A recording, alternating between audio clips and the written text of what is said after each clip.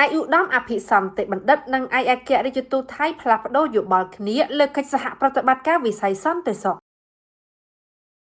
អាយុដំអភិសន្តិបណ្ឌិតសសុខាឧបនាយករដ្ឋមន្ត្រីក្រសួងមហាផ្ទៃនិងអាយុដំទូលត្រៃសុរ័ត្នឯកអគ្គរដ្ឋទូតនៃព្រះរាជាណាចក្រថៃប្រចាំព្រះរាជាណាចក្រកម្ពុជាបានពិភាក្សានិងផ្លាស់ប្ដូរយោបល់គ្នាអំពីកិច្ចសហប្រតិបត្តិការក្នុងវិស័យសន្តិសុខនេះបើតាមជំនួបរវាងភាគីទាំងពីរនៅទីស្តីការក្រសួងមហាផ្ទៃនារសៀលថ្ងៃច័ន្ទទី21ខែមករាឆ្នាំ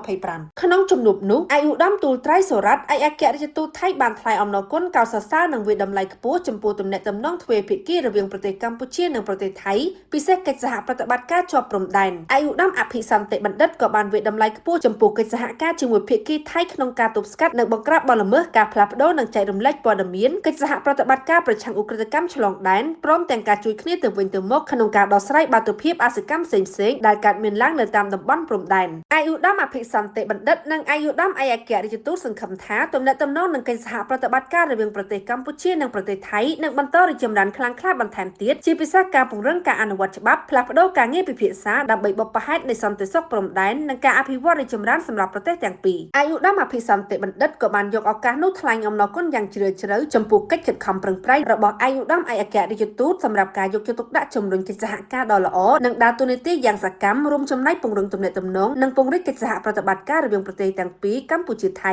ឧក្រិដ្ឋកម្មតាមព្រំដែនក៏ដូចជាវិស័យសំខាន់ៗជាអាចសេដ្ឋកិច្ចនយោបាយពាណិជ្ជកម្មទេសចរណ៍ការពារជាតិនិងសន្តិសុខ